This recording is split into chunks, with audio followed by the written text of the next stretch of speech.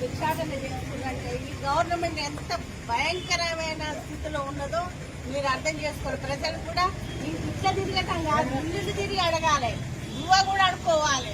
అంటే వానికి సిగ్గు వస్తుంది. ఎందుకు రేవంత్ రెడ్డికి తెలంగాణ నేను పాలిస్తానంటే వాళ్ళ పాడుకోదు. మన దొడ్డా ఇది తెలంగాణ ఏమన్నా మన అయ్యదా మన అమ్మదా మన అందరికీ మన అందరం కష్టం కనీసం హాస్పిటల్ పనిచేసేవాళ్ళు అవుట్ సోర్సింగ్ చేసి హాస్పిటల్ వెళ్ళిపోవాలి. వాళ్ళు ఎంత భయంకరమైన పనులు చేస్తుండ్రు, ఎత్తిపోతుండ్రు రోగులకు. ఇప్పుడు బజార్కి ఎక్కినట్టే వాళ్ళకి భూకి లేకనే కదా ఎక్కింది. ఎందుకు ఆలోచించలేకపోతుండ్రు రేవంత్ రెడ్డి? ఈ తెలంగాణ గవర్నమెంట్ ఆయన అట్లా చేసి నేను ఇట్లా చేసి కేసీఆర్ అట్లా చేసి కేసీఆర్ దాని ఏది పనికిరాడు కేసీఆర్ కింద వీడు.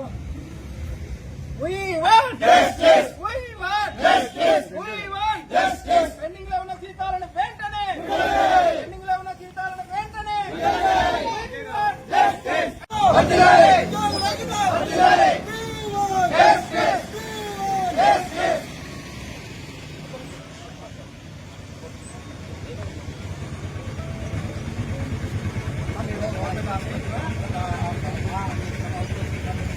మాకు గత 5 నెలల నుంచి జీతాలు ఇవ్వట్లేదమ్మా. జీతాలు రాక మా కుటుంబాలు పోతున్నాయి. ఆర్థిక పరిస్థితి బాగాలేదు, కుటుంబ పోషణ భారమైంది. అందుకనే ఈ విధంగా మేము జీతాలు రావట్లేదు కాబట్టి భిక్షాటన చేస్తున్నాము. మీ వంతుగా మాకు సహకారం అందించాల్సిందిగా కోరుతున్నాము. ఉద్యోగ